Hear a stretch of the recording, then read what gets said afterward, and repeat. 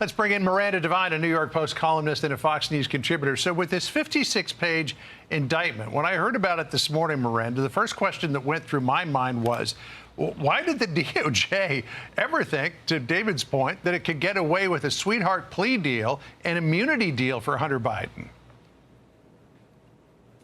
Look, they almost did. The only reason they didn't was because Joseph Ziegler and Gary Shapley, the IRS investigators on the case, just refused to accept the obstruction and the slow walking and the sort of deliberate protection of Joe Biden that had been going on for 5 years. And they documented every piece of malfeasance as they should have.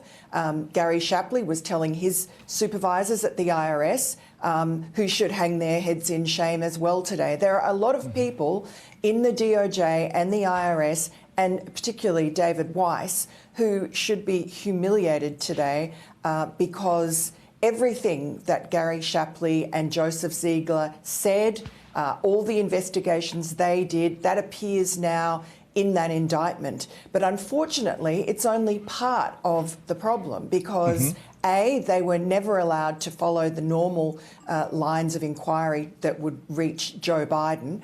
They weren't allowed to, for instance, execute search warrants on Joe Biden's property. They weren't allowed to use his name in subpoenas. Joe Biden's campaign was tipped off when they tried to interview Hunter Biden, etc. And as well, David Weiss allowed the most serious charges that happened in the earlier years in 2014 and 2015.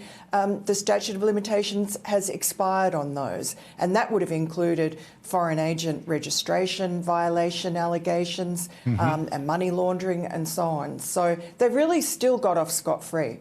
Yeah, but when you take a look at it, this is the alleged 4 years of wild spending that Hunter Biden went through. We'll just put it up on the screen, and you can look at it here. But in addition to this, now James Comer says he's got bank records that show Hunter Biden's business, Owasco PC, made direct monthly payments to Joe Biden. Here's what the president said in response to a question about that. And it's just a bunch of lies. You didn't interact with many of their business associates? I did not. There's lies. So he says it's lies. It's a bunch of lies. James Comer was hoping that if Hunter Biden came up for a deposition next week, he's scheduled to do it or supposed to be coming to do it. But now, with this investigation underway and these charges filed, could Abbe Lowell say, oh, I'm sorry, he can't do a deposition before Congress because that would get in the middle of an ongoing federal investigation? What do you think?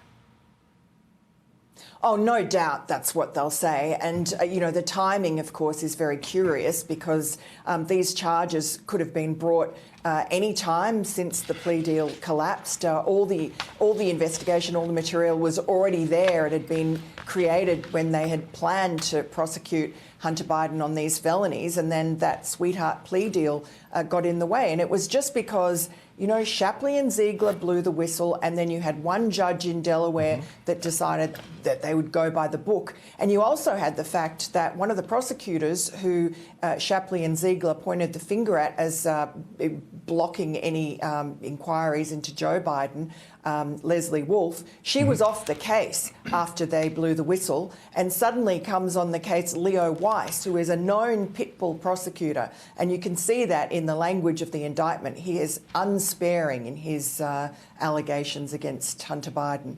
All right. Well, this adds a whole new wrinkle to this story, and we will follow it and see where it goes. Miranda Devine, great to see you on this Friday. I hope you have a good weekend. Thank you. Thanks, John. I'm Steve Doocy. I'm Brian Kilmeade. And I'm Ainsley Earhart. And click here to subscribe to the Fox News YouTube page to catch our hottest interviews and most compelling analysis.